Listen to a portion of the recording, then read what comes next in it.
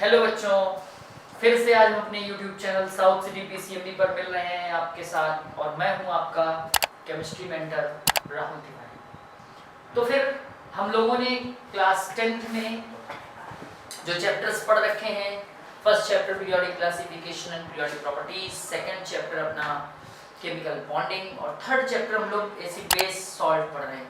ये जो हमारे चैनल का ये जो प्लेटफॉर्म है, इस प्लेटफॉर्म पे आपको पूरे साल हर एक चैप्टर को topic wise, chapter wise smoothly बहुत ही आराम से टॉपिक्स को सॉल्व किया जाएगा और आपको हर एक चैप्टर को टॉपिक वाइज क्वेश्चंस बेस्ड हर एक चीज में आपको बहुत ही अच्छे से चैप्टर पूरा एक्सप्लेन किया जाएगा। और आपको बता दें, हमारे इस YouTube चैनल में जो हमारे चैनल के जो फाउंडर हैं, उन्होंने उस पर्पस से चैनल को स्टेबलाइज किया है क्योंकि जो ये इकलौता चैनल है जहाँ पे ICSE के टॉपिक्स को डिस्कस किया जाता है, ISC के टॉपिक्स को डिस्कस किया जाता है।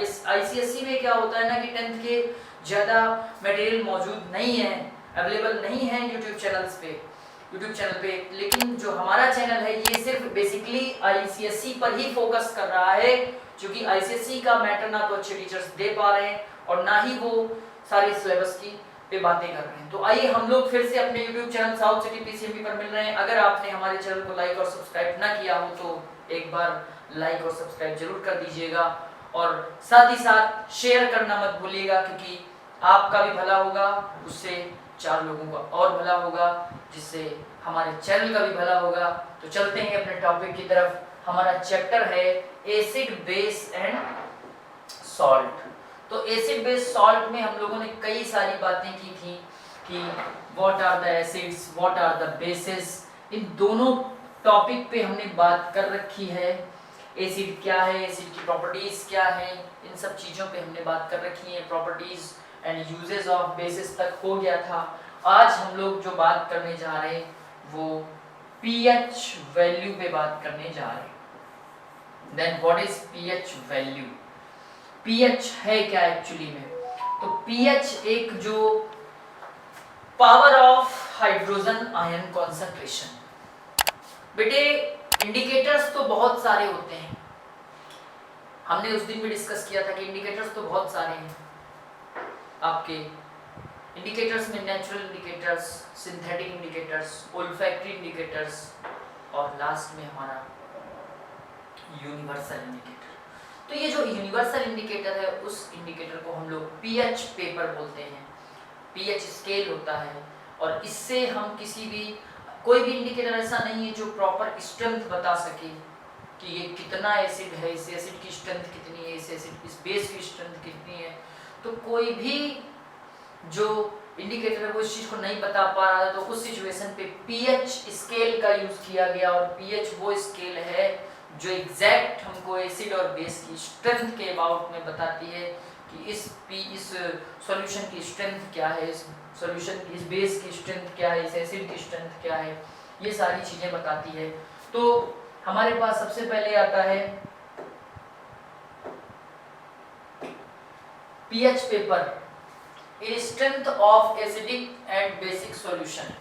अगर हम लोग बात करें तो pH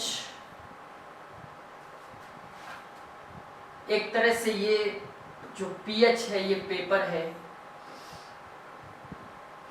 जो pH पेपर है एक तरह से, और इसी की हेल्प से हम लोग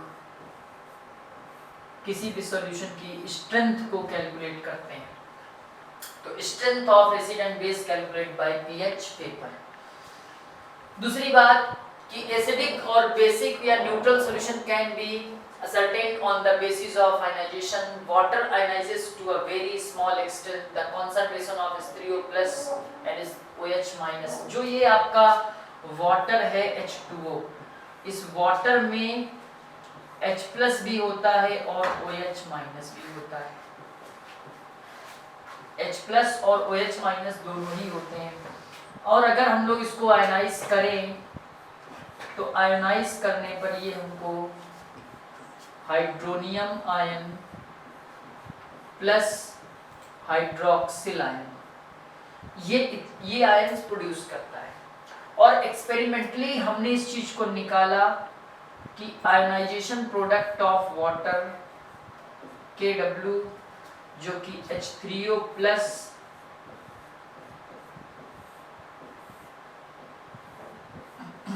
OH minus is equal to 1 into 10 to the power minus 14 mole per litre बताया गया एट 25 डिग्री सेल्सियस, ये बताया गया था KW इज इक्वल टू। तो इसको हम लोग बोलते हैं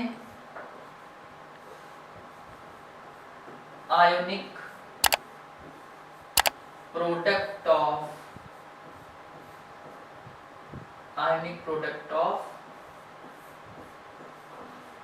वाटर। ये हमको इस चीज के अबाउट में बात की गई, ये एक्सपेरिमेंटल वैल्यू है। ठीक, अब अगर पर्टिकुलर H प्लस या H3O प्लस और OH माइनस को अलग अलग अगर निकाला जाएगा तो ये आ जाएगा 1 into 10 to the power minus 7 mole per litre. तो ये वैल्यू एग्जैक्ट वैल्यू आती है निकल के, और इसी के बेसिस पे ही हम लोग pH वैल्यू भी निकालते हैं। तो यही कहा गया यहाँ पे कि जो H प्लस H3O प्लस और OH माइनस है ये 1 into 10 to minus 7 mole per litre होता है। This means that all aqueous solution contains both H3O plus and OH minus ions, and product of concentration of these ions is 1 into 10 to the power minus 14 mole square liter inverse 2 at 25 degrees Celsius. This is known as ionic product of water. On adding acids to water, concentration of H3O plus ion increases. जब आप water में acid add कर देंगे तो उसमें H3O plus ion का concentration बढ़ जाएगा एंड OH माइनस आयन का कॉन्सेंट्रेशन डिक्रीज हो जाएगा। सो KW remains that same, and if alkalis is added the reverse is noticed। और जब आप alkalis ऐड करेंगे, कोई बेस ऐड करेंगे तो वहां भी आपको क्या देखेंगे कि जो OH माइनस आयन उसका कॉन्सेंट्रेशन बढ़ जाएगा। तो nature of the solution depends upon the concentration of H3O plus ion in solution. एक Danish biochemist devised a scale known as pH scale. जो साइंटिस्ट थे उन्होंने pH स्केल के अबाउट में बात की और उन्होंने जो स्केल निकाली वो H3O प्लस आयन कॉन्सेंट्रेशन के बिहाफ पर ही निकाली थी। P फॉर होता है power and pH stand for potence in German meaning power. So pH means power of hydrogen. ठीक, pH मींस होता है power of hydrogen ion concentration, power of H plus ion concentration, H plus ion concentration, ये इसका means होता है। pH means power of hydrogen ion concentration. अब इसी pH से हम लोग स्ट्रेंथ निकालेंगे किसी एसिड और बेस की। ठीक, तो इसके लिए हमारे पास ये एक फॉर्मूला आया है, the pH of the solution is negative logarithm to the base 10 of hydrogen and concentration expressed in mole per litre. इसके लिए जो सोरेंसन एक साइंटिस्ट थे उन्होंने बताया कि किसी भी जो सॉल्यूशन है, एसिड है या बेस है, उसका जो हाइड्रोजन आयन कॉन्सेंट्रेशन होता है वो 10 to the power minus pH के टर्म्स में बताया था। pH H plus ion is equal to 10 to the power minus pH। दोनों साइड अगर आप लॉग ले लेते हो, taking negative log on both side, taking negative log on both side. जब आप दोनों साइड लॉग ले लोगे तो उस सिचुएशन पे log base 10 H plus ion is equal to log base 10 to the power minus pH। तो log base 10 H plus ion is equal to minus pH हुआ log 10 10। ठीक, तो log 10 10 ये आ गया। यहाँ पे आपको पता है कि log 10 10 की वैल्यू 1 होती है। pH is equal to minus log base 10 H plus ion। ये प्रूफ होके आ जाता है फॉर्मूला आपका pH is equal to minus log base 10 H plus ion। तो इस तरह से आपके पास it means a solution of H plus ion concentration is equal to 10 to the power minus 12 mole per liter will have pH is equal to 12। अगर कह रहा है किसी भी सॉल्यूशन का जो कॉन्सेंट्रेशन है, इस फॉर्मूले से ही हम देख लेंगे कि अगर किसी सॉल्यूशन का concentration 10 to the power minus 12 है, कौन सा concentration, H plus ion concentration अगर ये है, तो आप क्या कह सकते हो, then we can say that, compare करिए और बता दीजिए pH कितना है भैया, 12 है। इसी टाइप से अगर आप कहिए कि किसी भी सॉल्यूशन का जो H आयन कॉन्सेंट्रेशन है वो 10 टू द पावर माइनस 2 है, so we can say that pH इसका क्या हो जाएगा, 2 हो जाएगा। ठीक, तो इस टाइप से ये pH हमारा 2 निकल आया। तो ये हमारा हाइड्रोजन आयन कॉन्सेंट्रेशन की बात हो गई। ठीक है, नॉर्मल जो pH scale ranges from 0 to 14, ये जो इसकी pH स्केल है वो 0 से लेके 14 तक होती है। 0 से लेके 14 तक pH स्केल हमारी 0 से 14 होती है। बात समझे? तो कैसे होती 0 से 14 का मतलब क्या है?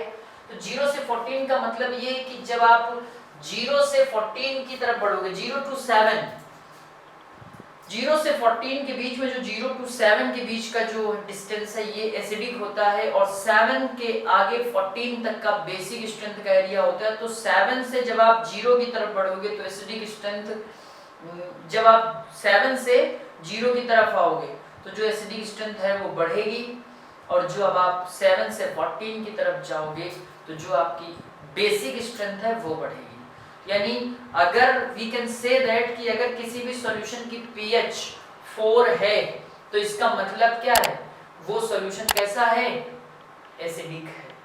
अगर किसी सॉल्यूशन की pH 9 है तो वो कैसा सॉल्यूशन है, वो भैया बेसिक सॉल्यूशन है। किसी सॉल्यूशन की pH अगर 2 है एंड 3 है, आपसे पूछा जाए कि मोर एसिडिक कौन है, तो आप कहोगे जिसकी pH 2 है वो मोर एसिडिक है। तो आप इस तरह से उस पर बात कर सकते हो। ठीक, तो ये हमारी बात किस पे हो रही है, एसिडिक स्ट्रेंथ पे बात हो रही है।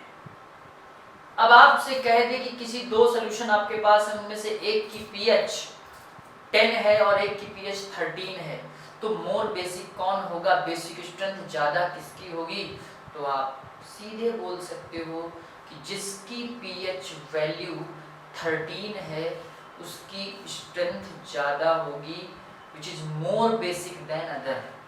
ठीक, ये आपके पास इसकी बात हो गई pH स्केल की। तो normal pH scale ranges from 0 to 14 as given in figure. तो आप क्या देख रहे हो कि 0 से 1, इस साइड आपका एसिडिक नेचर इंक्रीज हो रहा है, इस साइड आपका एल्कलाइन या बेसिक नेचर हो रहा है इंक्रीज, और जो 7 है वो 7 आपका न्यूट्रल को रिप्रेजेंट करता है कि भैया ये चीज हमारी न्यूट्रल है।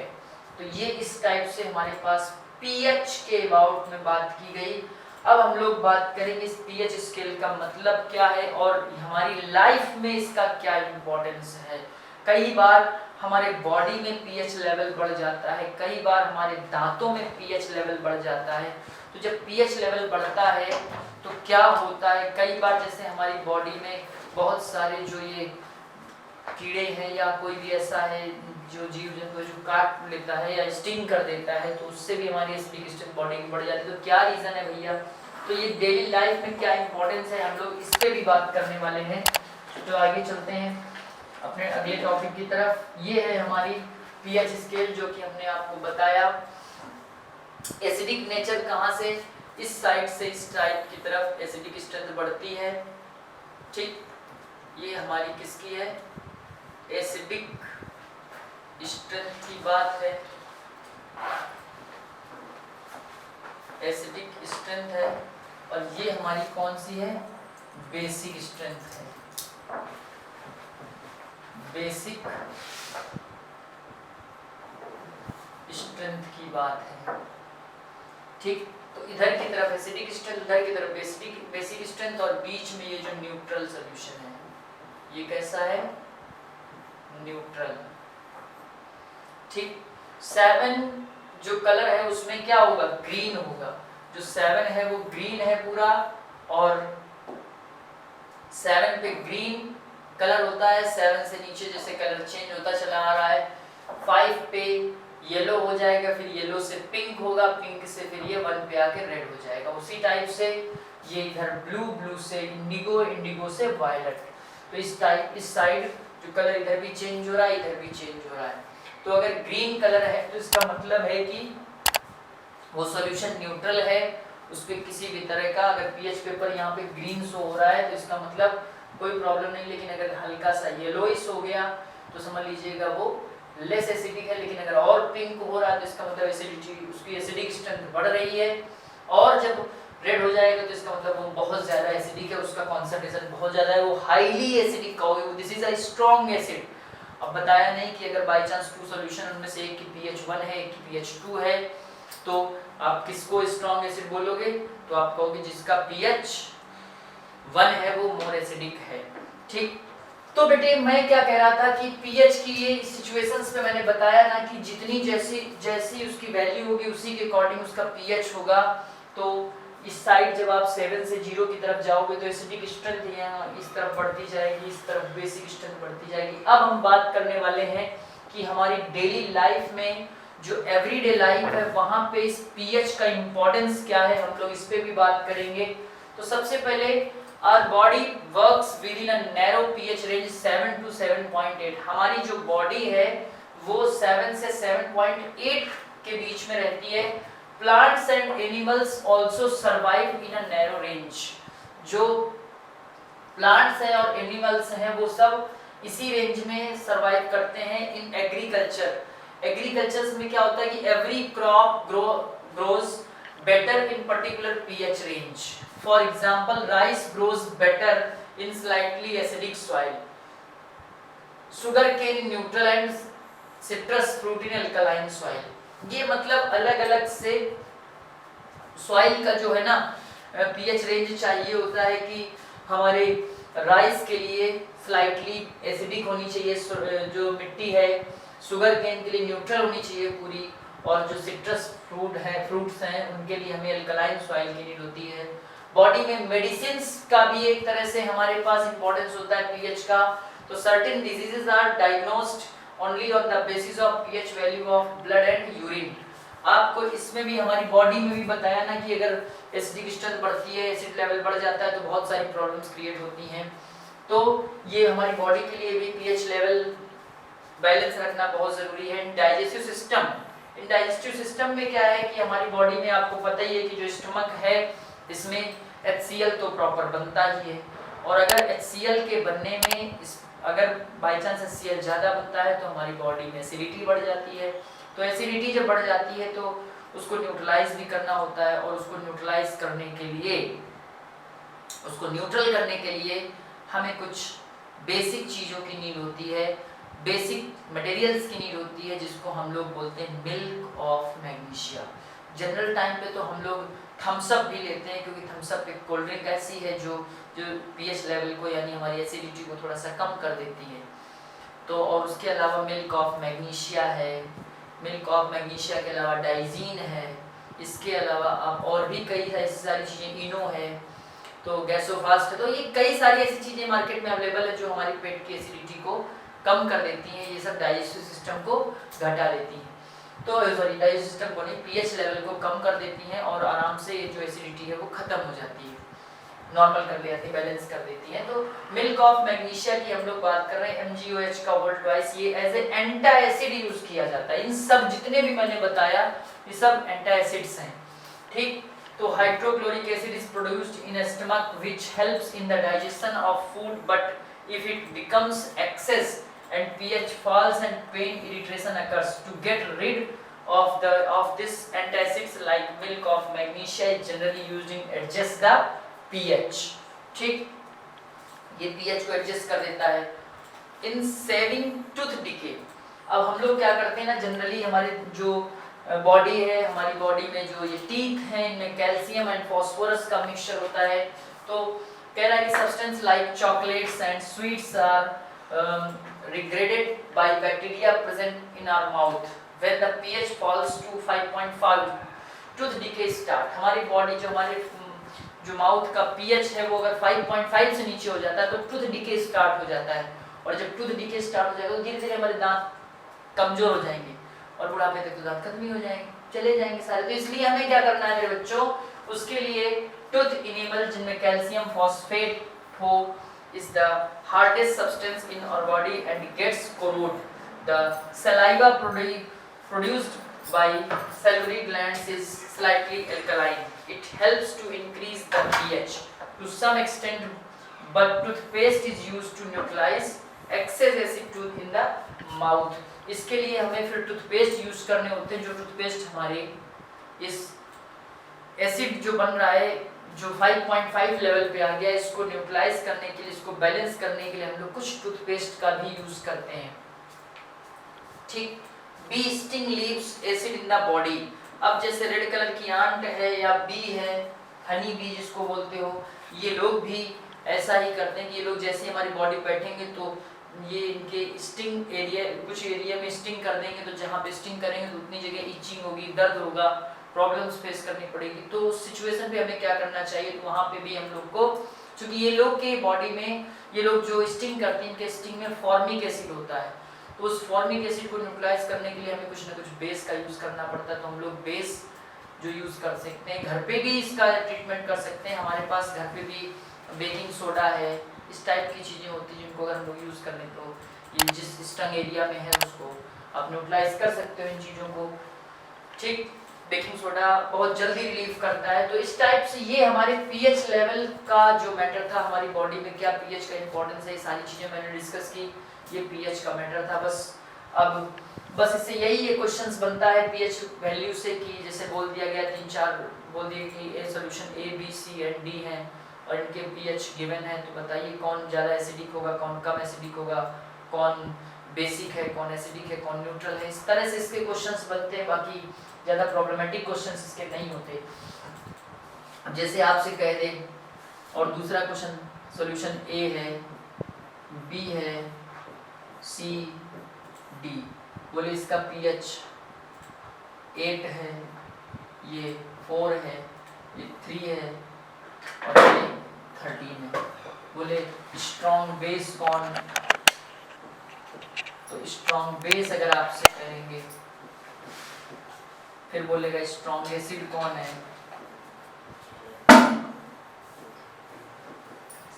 ठीक। तो स्ट्रॉन्ग बेस अगर बात करें तो जिसकी पीएच, इसकी पीएच 13 है तो ये स्ट्रॉन्ग बेस है, इसकी पीएच 3 है तो ये क्या है, ये स्ट्रॉन्ग एसिड है यानी डी, और ये सी। अब वीक बेस अगर बात करें, वीक बेस, तो वीक बेस हमारे पास कौन है, वीक बेस हमारे पास 8 जिसका पीएच वैल्यू है वो ए है। इसी टाइप से जो हमारे पास वीक एसिड है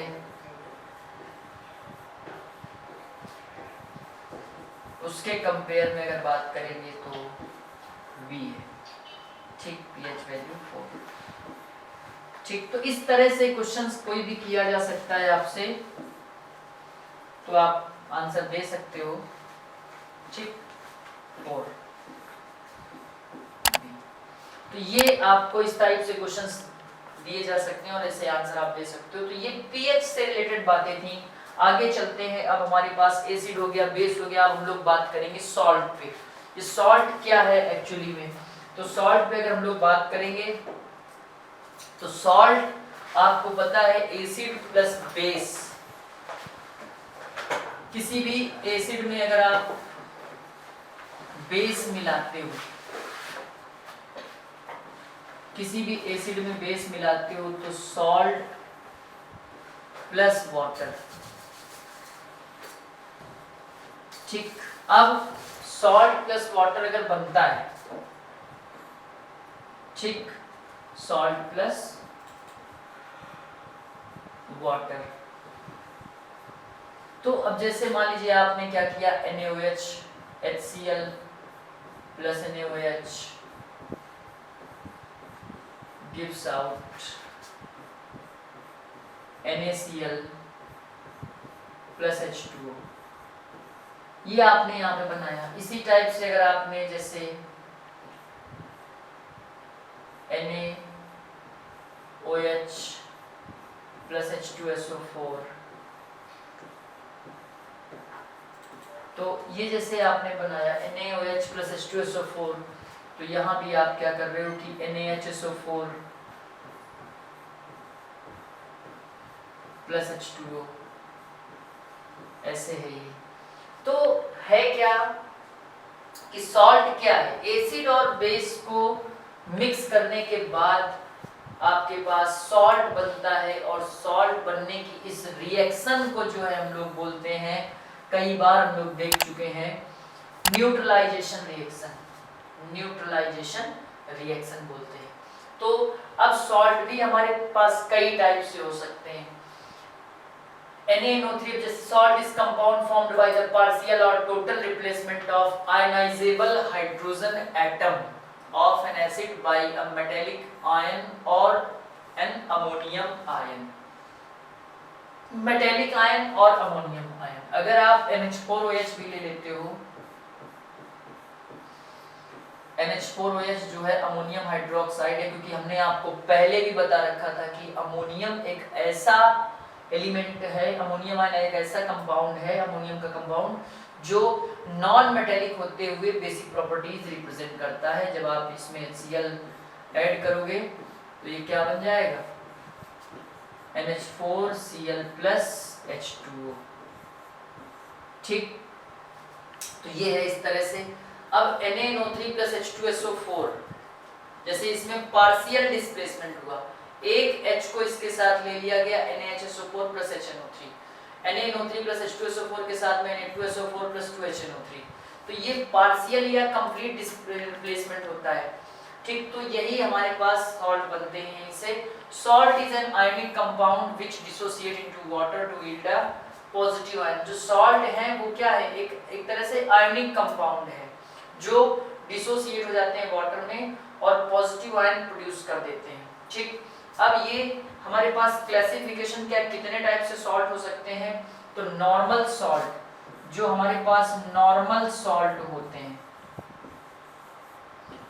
नॉर्मल सॉल्ट। अब नॉर्मल सॉल्ट कौन कौन से हैं, जिसमें कुछ नहीं होता है, जैसे ये अभी भी आपने बनाया NaCl है, KCl है, K2SO4 है, Na2SO4 है, Na2SO4 है,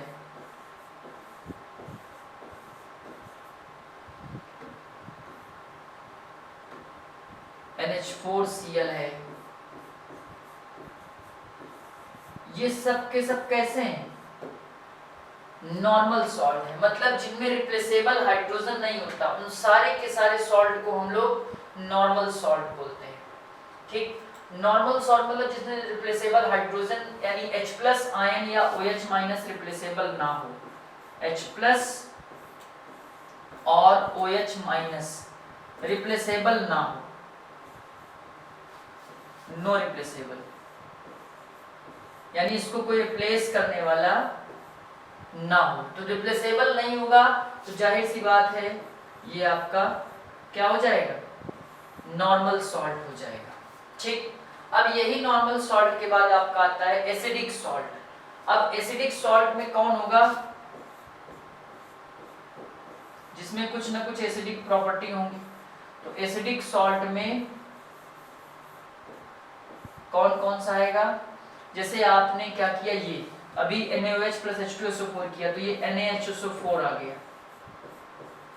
अभी इसमें रिप्लेसेबल H प्लस आयन है, यानी अगर H प्लस आयन रिप्लेसेबल होता है, ठीक, तो वो NaHSO4 होगा, NaHCO3 होगा, क्योंकि इसमें रिप्लेसेबल है। तो अगर रिप्लेसेबल KHSO4 होगा, तो जिसमें भी रिप्लेसेबल हाइड्रोजन आयन होगा, we can say that this is the acidic salt। तो ये हमारे पास एसिडिक सॉल्ट होता है। तो जिसमें भी रिप्लेसेबल हाइड्रोजन होगा वो एसिडिक सॉल्ट होता है। तो हमें इस चीज का ध्यान रखना है। तो एसिडिक सॉल्ट देखो, अब एसिडिक सॉल्ट के बाद आता है बेसिक सॉल्ट। बेसिक सॉल्ट, अब ये बेसिक सॉल्ट क्या होता है, जैसे जिसमें रिप्लेसेबल OH माइनस आयन हो, रिप्लेसेबल OH माइनस आयन हो, उसको हम लोग बेसिक सॉल्ट बोलते हैं। अब जैसे MgOHCl, यहाँ पे हमारे पास OH माइनस आयन है रिप्लेसेबल, तो ऐसे कंपाउंड को हम लोग बेसिक सॉल्ट बोलेंगे। ZnOHBr,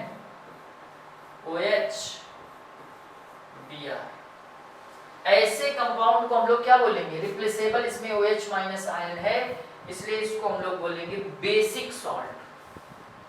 तो इस चीज का हमको ध्यान रखना है कि उसमें एसिडिक या बेसिक की कोई कंटेंट तो नहीं है, और जो कंटेंट होगा उसी के अकॉर्डिंग हम लोग कह देंगे कि ये उसी टाइप का सॉल्ट है। तो एसिडिक सॉल्ट, बेसिक सॉल्ट, इसके बाद डबल सॉल्ट और कॉम्प्लेक्स सॉल्ट, इस टाइप से कई सारे हमारे पास सॉल्ट होते हैं। ठीक, mixed salt, double salt and complex salt. तो नॉर्मल सॉल्ट हो गया हमारा, ठीक, एसिडिक सॉल्ट हो गया, बेसिक सॉल्ट हो गया। अब हमारे पास आता है डबल सॉल्ट। आइए चलते हैं डबल सॉल्ट की तरफ। तो डबल सॉल्ट की तरफ जब हम लोग आएंगे तो डबल सॉल्ट में क्या होगा, ये क्या है, वैसे तो 10th के सिलेबस में ये नहीं है, लेकिन जानकारी तो आपको होनी ही चाहिए, नॉलेज तो आपको होना ही चाहिए। Mixture of two normal salt, mixture of two normal salt. ठीक, mixture of two normal salt, जैसे K2SO4, Al2SO4 का होल थ्राइस, डॉट 24H2, ये है हमारा पोटास एलम।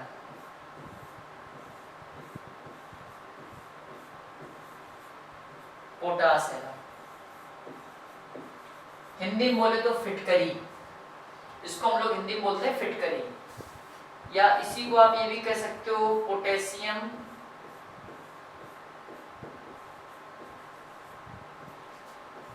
एल्यूमिनियम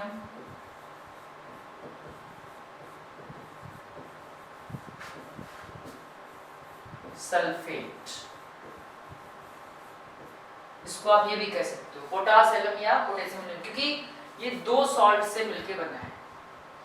एक और सॉल्ट होता है, बहुत इंपॉर्टेंट है, 12th और 11th के पर्पज से बहुत ज्यादा इंपॉर्टेंट है, आगे देखना पड़ेगा ये आपको।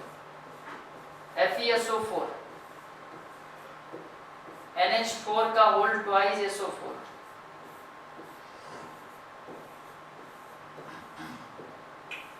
डॉट 6H2, ये इसको हम लोग बोलते हैं मोहर सॉल्ट, मोर सॉल्ट। इसका शॉर्ट नेम है FAS, FAS, फेरस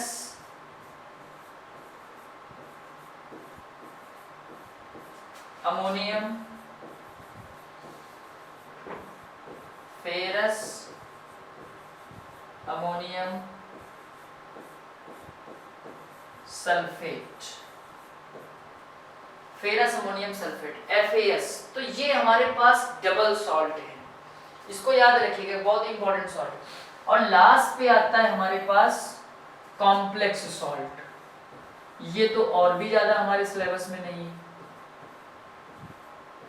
लेकिन चूंकि टॉपिक में था तो इस वजह से हम बता रहे हैं। सिलेबस से बाहर है लेकिन पढ़ना तो थोड़ा बहुत जानकारी के लिए चाहिए बस। कॉम्प्लेक्स सॉल्ट ऐसा सॉल्ट होता है जो थोड़ा सा न्यूट्रल कंपाउंड से मिलके बनता है, लाइक दिस, जैसे K4FeCN का होल 6, पोटेशियम फेरोसाइनाइड, K4FeCN का होल 6। तो ये हमारे पास पोटेशियम फेरोसाइनाइड है, CuNH3 का होल 4 SO4। ये हमारे पास सारे के सारे कॉम्प्लेक्स सॉल्ट हैं। आप देख सकते हो ये जो है ये कंपाउंड कुछ ऐसे मिलके बना है,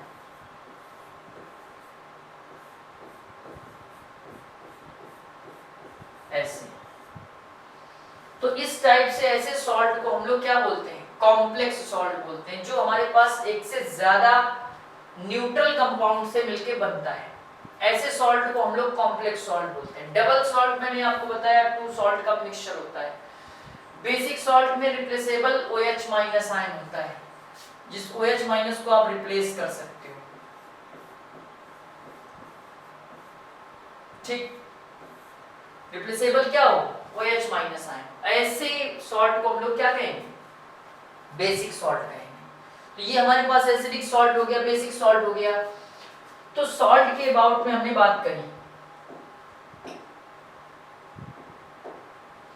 तो ये हमारी pH वैल्यू की बात थी, pH हमारी एवरीडे लाइफ की बात थी। इस चैप्टर में हमने आपको एसिड बताया, बेस बताया, सॉल्ट बताया, सॉल्ट के टाइप बता रहा हूं आज मैं, pH स्ट्रेंथ बताई, pH क्या होता है, pH वैल्यू क्या होती है, ये सारी चीजें बताई। इसके बाद टाइप ऑफ सॉल्ट के अबाउट में बताया। और इस टाइप से ये हमारा पूरा चैप्टर जो है acid, base and salt, acid, base and salt chapter जो था हमने आपको पूरी तरह से क्लियर कराया। और ये चैप्टर पूरी तरह से खत्म हुआ। अब इसके कुछ क्वेश्चंस के अबाउट में हम लोग डिस्कस करेंगे। साउथ सिटी PCMB चैनल पे मैं आपको बता दूं कि हमारे पास पूरा का पूरा फुल सिलेबस है with year long lecture series के साथ। तो बने रहिएगा हमारे साथ हमारे YouTube channel south city PCMB पर। और मैं हूं आपका केमिस्ट्री टीचर राहुल तिवारी। और हमारे जो YouTube चैनल पर है, आपको बता दें PCMB का मतलब फिजिक्स, केमिस्ट्री, मैथ्स, बायो है। और ये सारे सब्जेक्ट बहुत ही ज़्यादा एक्सपीरियंस टीचर के थ्रू पढ़ाए जा रहे हैं। तो बने रहिएगा हमारे चैनल साउथ सिटी PCMB पर। ध्यान रहे लाइक और सब्सक्राइब के साथ साथ शेयर भी आपको ही करना है। Thank you and have a nice day.